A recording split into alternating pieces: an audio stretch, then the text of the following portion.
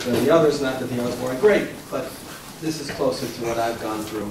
And so I was looking forward to hearing what other people want to say. Each of the four panelists will introduce themselves. They are, except for Dr. Kaszovitz, who we claim as our own, will agree with the Yeshiva, who are the type of people who I assume struggle with the issue of going into chinuch. They're all certainly capable of being great mechanchim. They do other things, but they are LeKevoah Itim LaTorah seriously. And the idea is for them to share with us their experiences and at the same time for questions at the end. So, my name is Yoni Kra. I was here Shana Aleph 99, and then again, second semester of freshman year after I started University of Pennsylvania. I was just in terms of just I'm in high tech, and I try to learn Torah. I don't think I could be a mechanic, but nevertheless, I appreciate being here, and B'shut Rabbanim.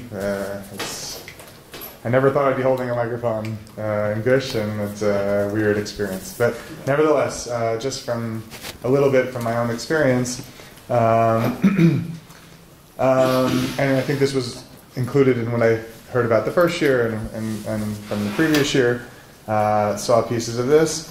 I think the first thing that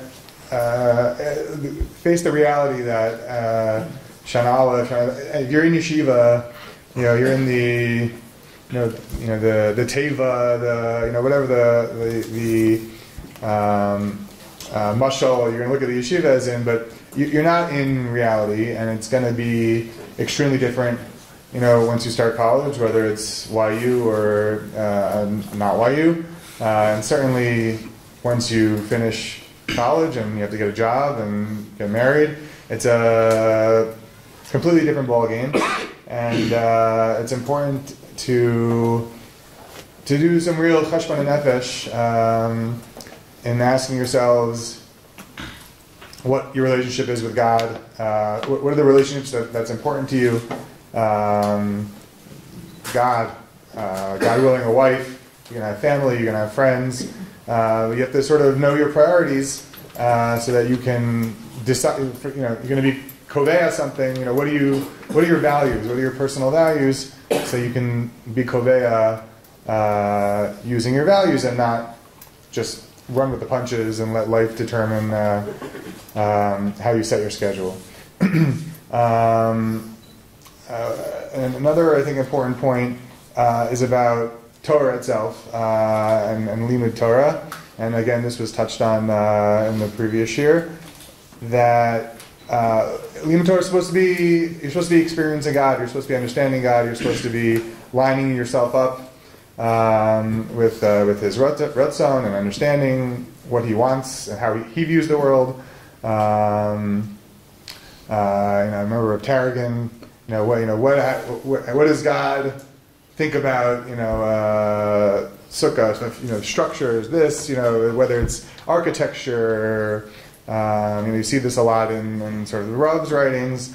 You're understanding how God views the world, and to the extent that you can try to understand that and apply it to your view of the world, that's what the experience of limud Torah is supposed to be. And you're supposed to see God in the world around you, and delving into this experience is supposed to be an intimate and enjoyable struggle. Obviously, it's not supposed to be easy. God is not an easy mind to get into ours, but you should feel that. It should be enjoyable. It should be a positive experience, and one that you are looking forward to the next time and feel absent if you're not doing it. And the corollary of that is if that's not what it is, and you just feel like you're slamming your head against the Gemara day in and day out, week in and week out, month in and month out, year in and year out, there's some of that is required, and that's the work that we have to do, but you should be asking what the problem is, and if you need to talk to your rabbi about it and understand why you're not experiencing on the right level. Maybe there's a reason. Maybe there's something you need to get through, work through. personal issues that you have to figure out. What are you not seeing here? What's the barrier? Iyun Torah should be important. It should be an enjoyable experience. And if you're going to be Keviat, you're not going to be Keviat Itim LaTorah if it's just a pain and a difficult and an unenjoyable experience. You're not going to do it, or you're not going to be happy, and eventually it's going to fall by the wayside. So you have to get to a point where you're enjoying Torah, because that's what it's there for. Not to just enjoy it, but it's not supposed to be an unenjoyable experience necessarily. Okay, the other thing is just a bit of a time management perspective, and that is, talking about be Keviat Itim for Torah, you're only going to have, in a certain sense, don't be Keviat Itim for Torah. Like as said previously, our whole lives are supposed to be Torah. You want to be Keviat Itim for when you should eat your lunch. Be Keviat Itim for when you got to work out of the gym. Be Keviat Itim for when you got to work to make some parnasa, and try to understand your values so that you're not. Are you being Keviat Itim right now so you can have a fancier car and wear nicer clothes, or your values are in place and you're really being Keviat Itim and you're trying to minimize those things because in one sense everything's taking away from your Torah time, and the other sense, if you're doing it right, the amount of time that you're earning your parnasa and the amount of time that you're working out is in the framework of Iyun Torah, and that's the ideal, but not to get carried away with how enjoyable, looking as fit as I do and driving the nice car that I have. And, you minimize those things. You don't have to, you have to get where you're going. You have to not have a heart attack. But, those are the, put things in perspective. And then, and the other thing is just to realize that this isn't something that is going to happen by itself. And you think seriously about where you're going to go to school and not pushing anybody in one direction or another. There are advantages and disadvantages of all the places, but choose the right friends. Have the right resources at your disposal. This experience of you wake up and you just stumble your way through Torah all day long, and you're either a bum because you're taking an extra nap or you're learning Torah. That's just not reality. Reality is important things are going to be drawing you in every direction, and either you find the value in Torah and are going to make it a priority or not. I'm going to hand it off. Thank you very much.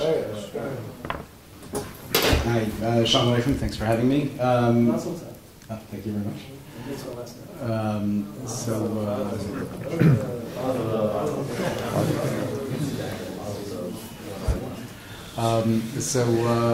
My name is Daniel Kaszovitz. After high school, spent a couple years in Yeshiva, volunteered for the Army, and went back to NYU, a couple years in a hospital residency, and made my way back to Etzion with a wife and a few children. And there were a few more along the way, Baruch Hashem. We talked about Keviat Itim LaTorah. I would say that it's a very important thing to know yourself and know how you work, what works for you. For instance, I'm a very goal-oriented person. I also have a very hard time sitting in one place for more than 7-8 seconds. So knowing myself and knowing my personality, I work with it the best I can. I have found for myself that putting myself in a program, putting myself in a misgaret has always helped me. When you talked about choosing your friends wisely and choosing your environment wisely, I found myself, the very fact that I stayed shana bet, whether or not I was the greatest masmid in the Beis Medrash, the very fact that I stayed shana bet, those friends, that cabal that we have, it's been 30 years and we are still together many times a year. Our wives, our children are good friends. It's a tremendous support group, be it for raising teenagers. I know you guys think that's probably not a challenge.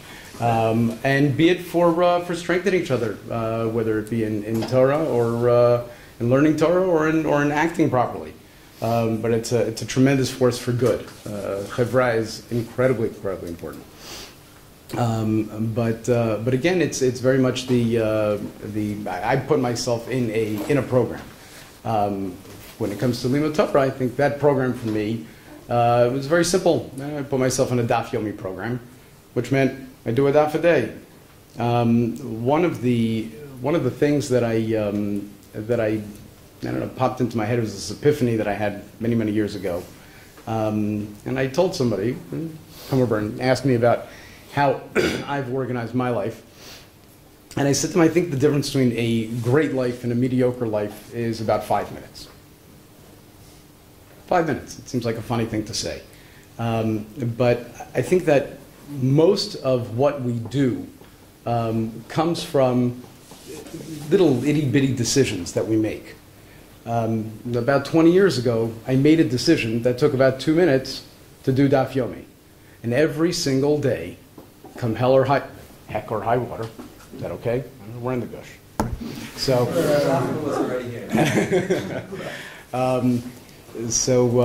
so come heck or high tide, I'm not going to bed before I finish my daf. So there's no decision to be made on a daily basis. That's not even part of my bechira. It's just what I do.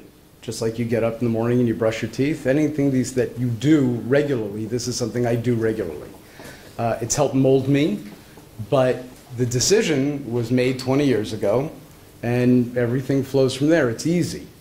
You decide to do a parak a day of Mishnah with Kahati, so that adds another 20 minutes somewhere along your day, and it fits in a pocket. And I have a patient who just said to me, I just made a siyum Mishnayos, Kahati, Shas Mishnayos, which she has done many times. But this time, she did it I know this is going to sound a little dorky, but she's really an unbelievable human being. She brushes her teeth, she leaves the bathroom with a piece of floss, she opens her Kahati, and she flosses while learning Kahati. She made a siyum Mishnayos in the time she spent flossing her teeth on a daily basis for a couple of years, and it was done. And she could learn just about anybody in this room under the table. She marked a few people's doctorates in the Gush. So she's a serious person, but the tremendous power of what you can do. She has very clean teeth. Very clean teeth, yes, but I can't give you her name now because now it's patient confidentiality. But that's a tremendous power. So I would say that my little points there would be time management and decision to put yourself in a program. After that, a lot of the stuff flows and it becomes easy. Okay, I'm not going to do that. My name is Alan Jotkowitz. I don't know. Why do I have to hold the mic? I don't like talking to the mic. Can everyone hear me? No. Okay, I guess I can. Okay, better? Okay, better. I don't like doing that. But okay, I was here in the Gush in the 80s. I'm a doctor.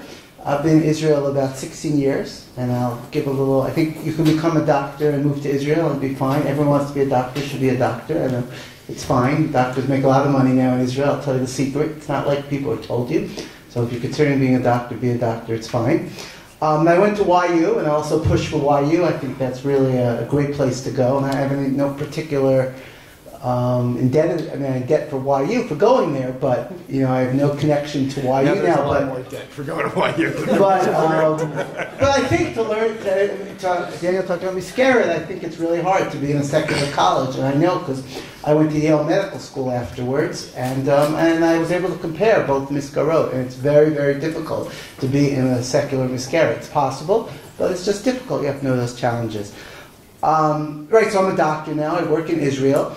And I'm going to be dean of a medical school. There's an American medical school in Israel at Beersheba. I could put a push for that. That only takes American students. It's sort of a competition with Sackler. So you're all invited to talk to me about that. It's a great school that we have. It's a great medical school. And it's much cheaper than American medical school. So if anyone wants to make Aliyah, it's a great choice to make. We have a lot of kids going there who make Aliyah from my school, and we help them a lot. So that's another added benefit that I have. So it's good I'm talking after Daniel. because Daf Yomi didn't work for me. I was I'm a failure in LeKevoah Itim LaTorah, so I'm a little funny that I'm here, but that just didn't work for me. The whole miskeret of Daf Yomi, for various reasons. Again, a lot of people it works for. For me, it didn't work. But I agree with Daniel that one of the most important things is to have miskarot. You need to have miskarot for learning. So the miskarot that I use are not Daf Yomi, but I have a chavrusa a couple of times a week with my brother-in-law, and we learn really lumdus, like we used to learn in Yeshiva. We've been learning together for 16 years. And we learned on the Masechet, we learned the Sheikh Shmaitza Keseder. I mean, we're really serious chavrusa that we have, and that's a miskeret that we have. And then the second miskeret is I go to shiurim. I like going to shiurim. I think that's important. First of all, to have a rav, but I go to a Gemara shir once a week, a high-level Gemara shir, and I go to a Tanakh shir Barav Samet once a week that I really enjoy. And again, it's increasing my level of knowledge. Just as an aside, I might be the only person, Eli talked about mechanechim, I could not have been a mechanech either, and I'm maybe the only person who looks told not to be going to shul. He told me to be a doctor. He's a big fan of doctors. He really liked doctors. And I used to talk to him a lot about halacha shaylos on Erev Yom Kippur. I used to talk to him 4 or 5 times a day about different shaylos that came up at that time and during the course of the year. But he said, be a doctor, it's fine if you want to be a doctor. And then the other miskeret I have is that we have a chabura, like about 20 people every Shabbos morning after Hashkama. We learn for 2 hours, and people take turns giving the shir. It's a really nice thing that there are people who never learned before to people who were in Kollel, and they all sit together and learn, everyone on their own level, and it's a pretty nice thing. So the idea is miskeret, and the second idea is sort of a social aspect too. I like learning with my friends. I also have another chavrusa with a friend who I hadn't seen for a while, and we decided to learn kuzari together. So that's another way to do it. The second way I learn is I'm lucky that I have another job besides being a doctor and dean of a medical school. I'm a professor of Jewish medical ethics. So, and that's really a third of my job, and I get to combine Torah with my job. That's a big part of what I do, is I try to learn to see how halacha is related to questions of medical ethics, and for me, I love doing that. I was able to have this gift that my work combined with my learning. How did I become a professor of Jewish medical ethics? Again, being Israel, you have to be lucky. The previous head of medical ethics retired. And it was Professor Glick, if anyone knew, and he was American, he was Dati, and he was internal medicine like me. So they said, okay, you're Professor Glick, you're American, you're Dati, it's okay, you're the new head of Jewish medical ethics at the university. So that's sort of how, now I learned and I had to prepare myself, but again, you have to be in the right place at the right time. But a lot of what I do is sort of in my job, and what I write about is sort of relationship to halacha and learning to medicine. Again, I love doing that, and I'm able to combine those two things. I mean, just all the time, there's new questions that come up that, just this week, the Knesset asked my opinion on a soldier who died, and then there's sperm left over. He had sperm frozen, and there's a fight between the wife and the spouse, and his wife and the parents about who can use that sperm kind of thing. So the Knesset asked for my opinion on the Jewish medical ethics perspective. I'm not sure I think I know what I think about, but again, there's just questions that really just come up all the time, and it's really fascinating in terms of that.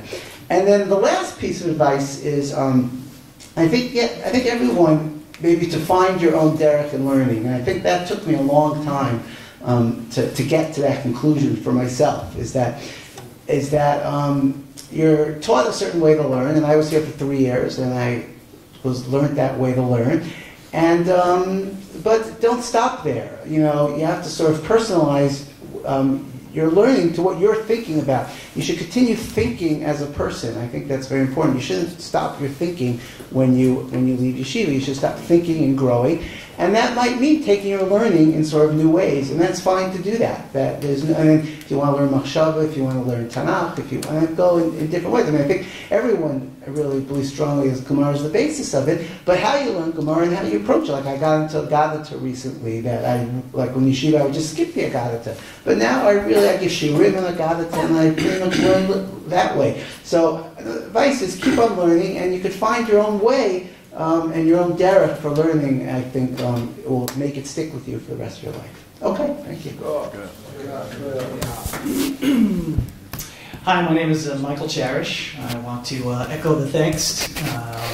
Before I do that, thank yous introductorily are typically associated with the Gemara Potchim B'chvod Achsanya, but I don't find that Gemara entirely appropriate for me because I don't really feel like a guest when I'm here. I do feel home, and in fact, Ellie, when he shook my hand, said, "Welcome home," and I truly feel at home.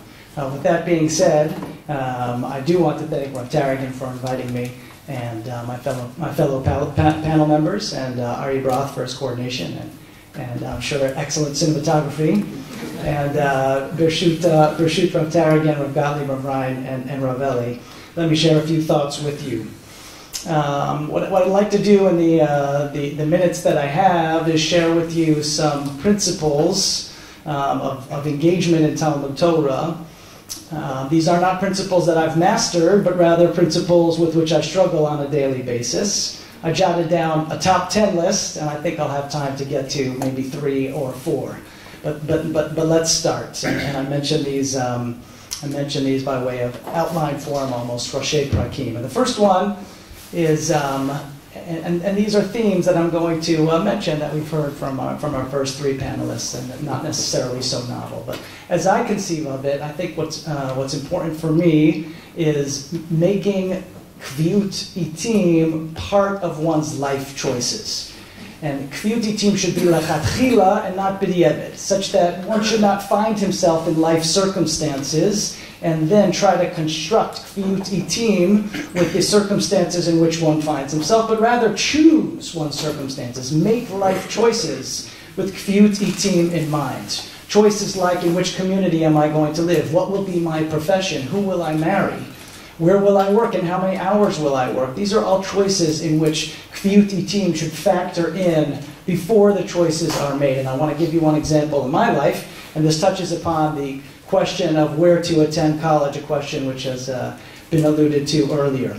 I learned here in Yeshivat Etzion in Tafshin Nun Bet, 1991 to 1992. I had my interview with Rav Aaron Lichtenstein in Rav Soloveitchik's apartment in YU in March of 1991.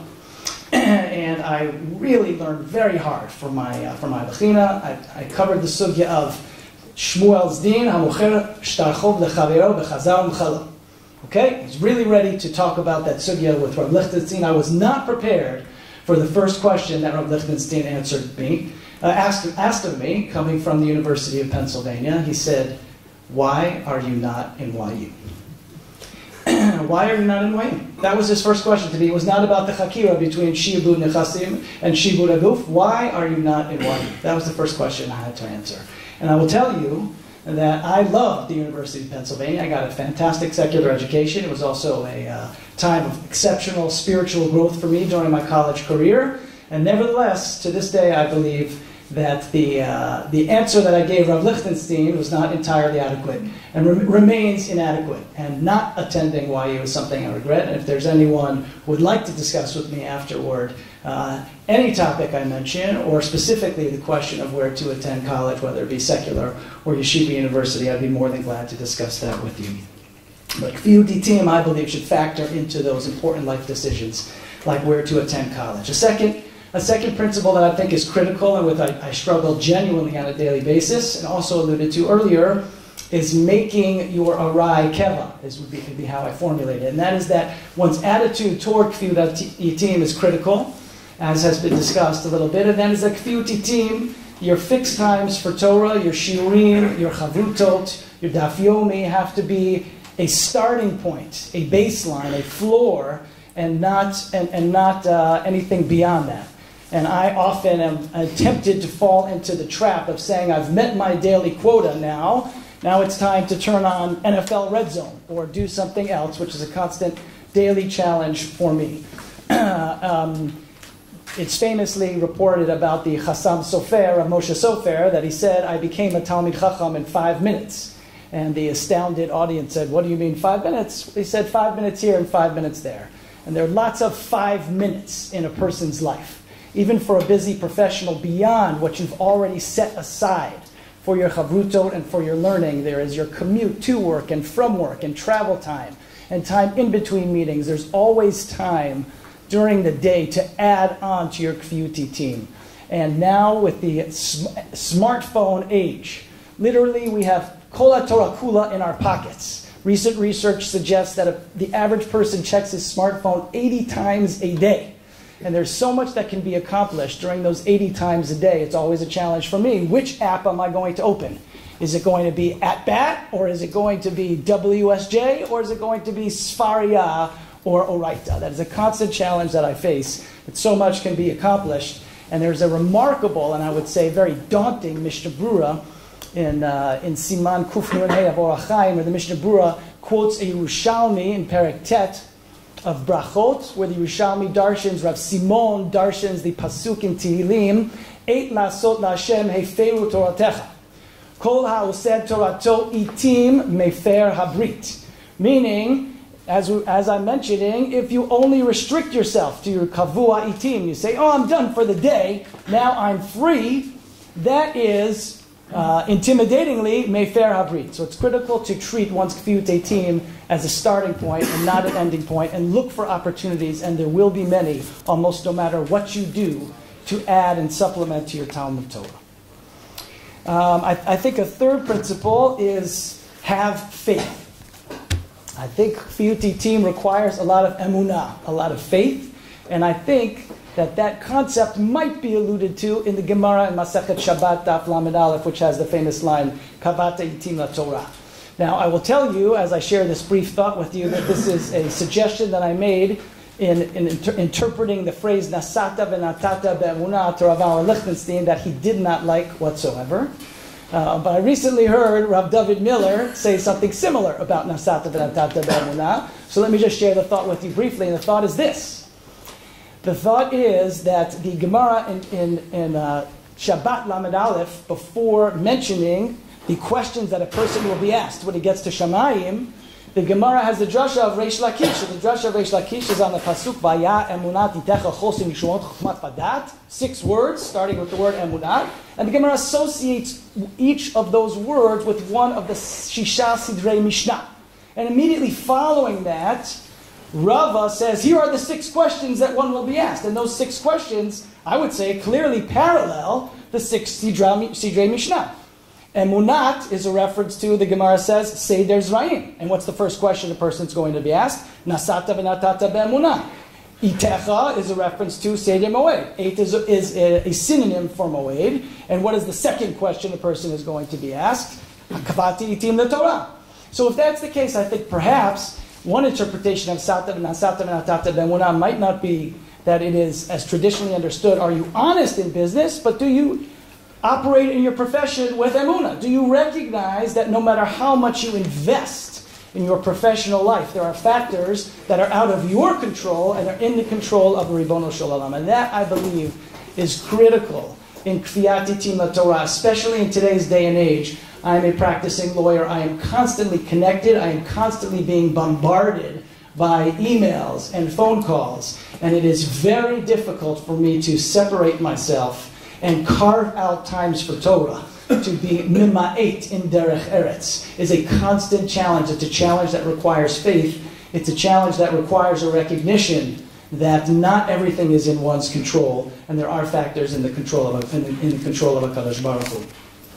Let me just mention very, very briefly a fourth of my top 10, and we'll have to stop at number 4, and that is help others be Kovea Itim LaTorah. And I think, again, speaking to myself, one should not underestimate the impact on the community that one can have even as a layperson, and not as a mechanech, and not as a rav. And I've witnessed that in others, and I've been very fortunate in my own life to start Torah-related programs or be involved in starting Torah-related programs that I've seen have very widespread impact.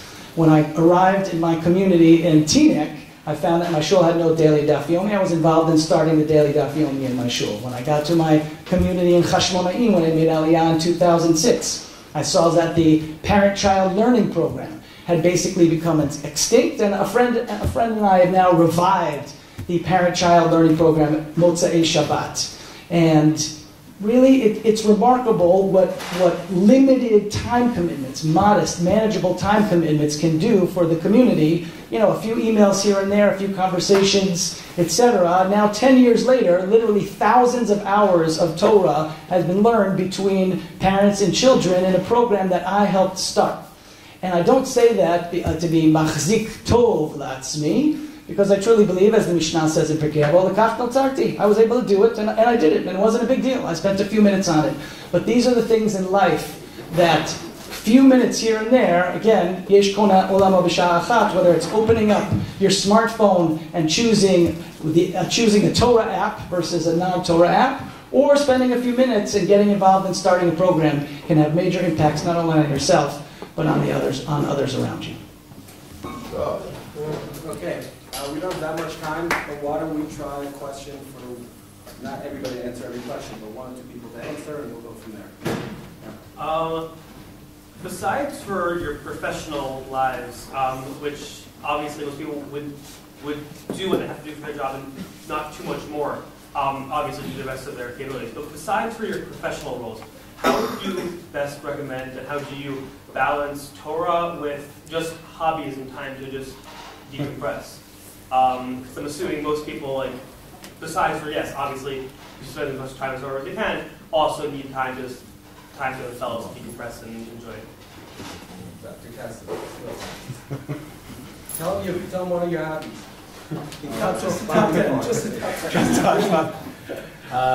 Okay, hobbies. I'm a sofer stam. I've written all my boys' tefillin. I took a tour guide course for a couple of years. I'm a licensed tour guide. That's a tremendous amount of fun. I'm a Moab. I spent a lot of time in Eastern Europe doing Britot. I like to work with wood. I've made my kids a yad for the Sefer Torah when they do. I think they've built some furniture. It's been to the bone. I have hobbies. There's time. No, stop. Don't listen to Pay no attention to the man behind the curtain. I juggle, whatever. I enjoy hobbies.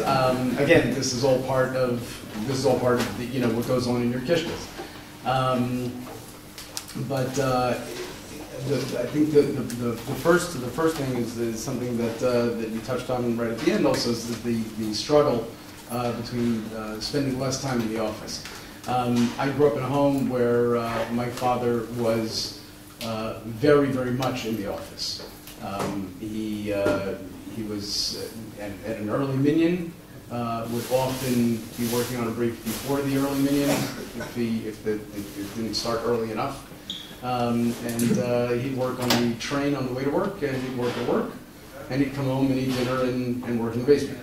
Then I quickly understood that I did not want to be a lawyer. The advantage of the profession that you choose, as you were talking about, is choosing your circumstances.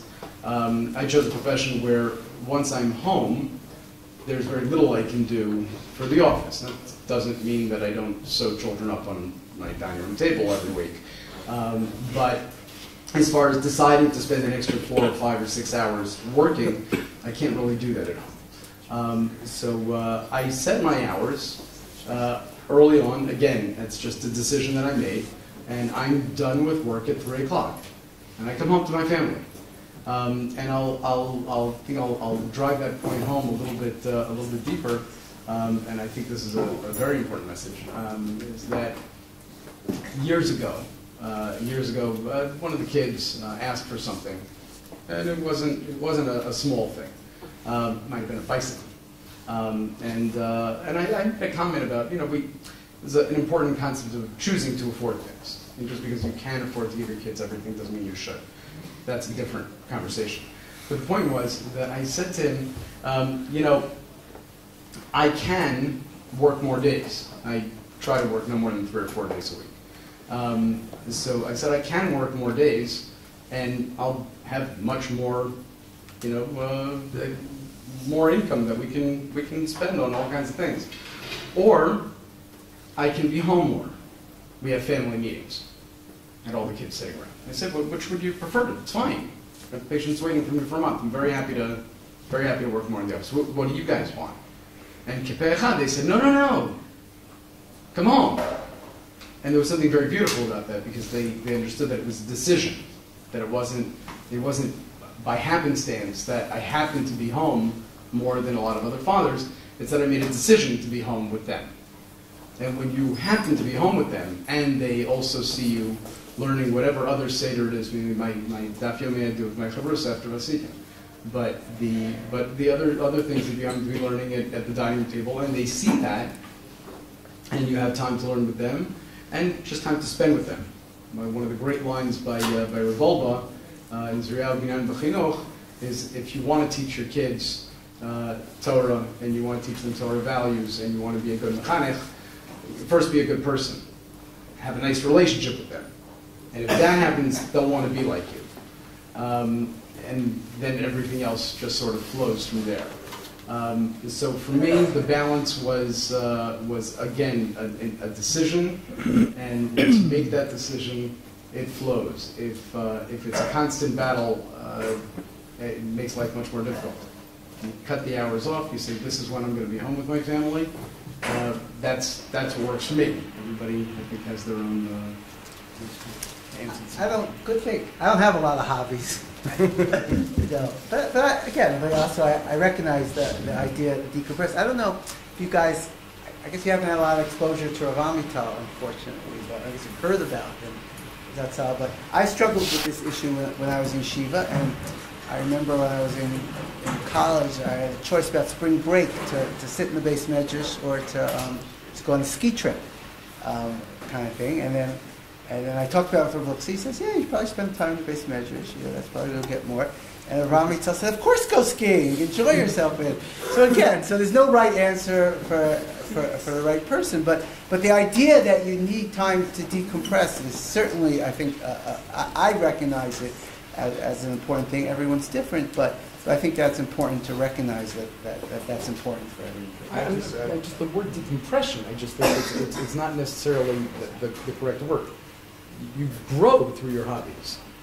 You become a much more interesting person, and then you enjoy everything else it is that you're doing in life. I'm just saying it's not just let me get away from the rest of my day. I just want to add one thing. I also don't have too many hobbies. And I think work takes up most of most people's time. And it's about the struggle to learn as much as possible the rest of the time. Your family, and depending on the age of your kids, your young kids, that takes up hours of time. Spend helping your wife with the household and things like that. One thing that I would add is hobbies might be one thing when I get together and play basketball with your friends, or I don't know, make a cabinet or something.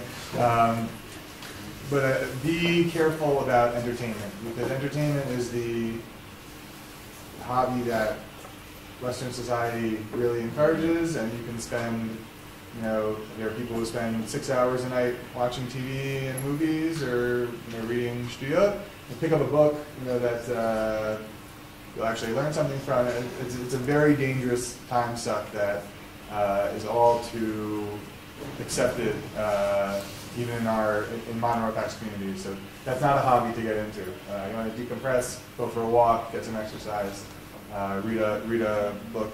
Just be careful about that stuff. Yeah. It seems that there's a consensus that a Mitzvah program to very specific daily would be the best path to go down. When your Mitzvah fails, when the family doesn't work, when you miss 2 or 3 days, and the kavutas keep passing on each other, what do you use to keep yourself on track, to return yourself back to the path that you set to take yourself down? I just wanted one thing that I noted down. Because you mentioned daf yomi. I was wondering, if you guys are doing Steinmik or Targum, this past week was a difficult week, a long parsha, a short week with Purim. That's where you guys are going to see it. When your chavrusa is at the doctor or something, is that a free period, or do you take that as an opportunity to learn something else? That's the struggle that you have to do.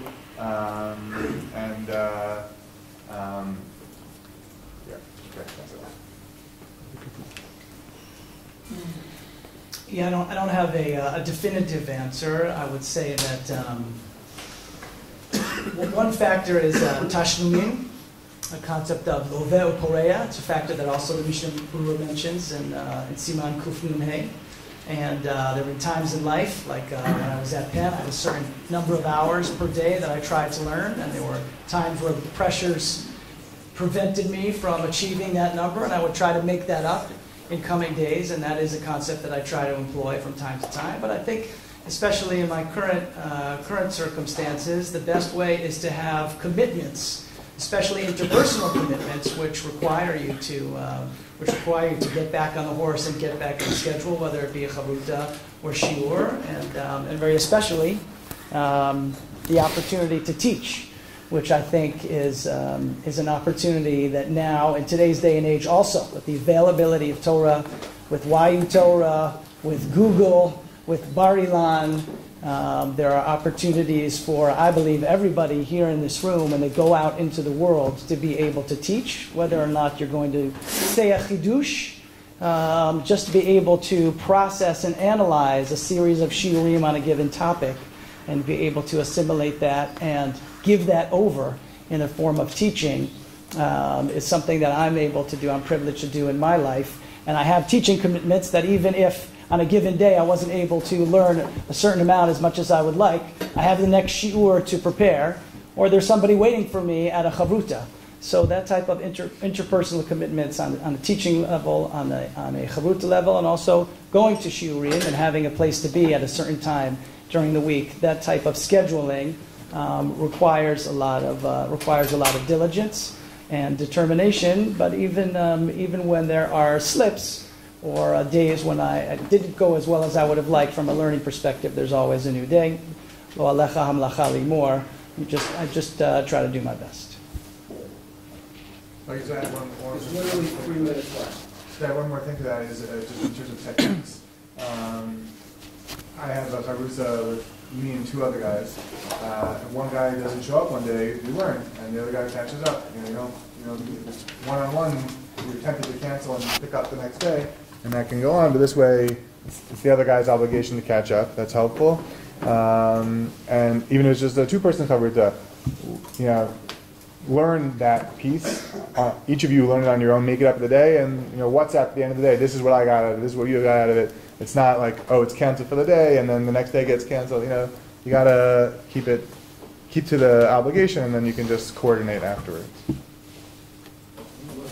If we could have, if I was smarter, we would have had a longer period of time, because it's fascinating, really so. To the extent that the plan today was to be inspired with and about Talmud Torah, and it was a huge success. I'm genuinely grateful to 4 people who seem relatively busy otherwise. Except for me. Like we're making time. There's obviously some bird's nest that's not going to be made. But to coming to sharing with us, if you want to grab and ask questions quickly, everybody else is 7:15, so life. Thank you so much.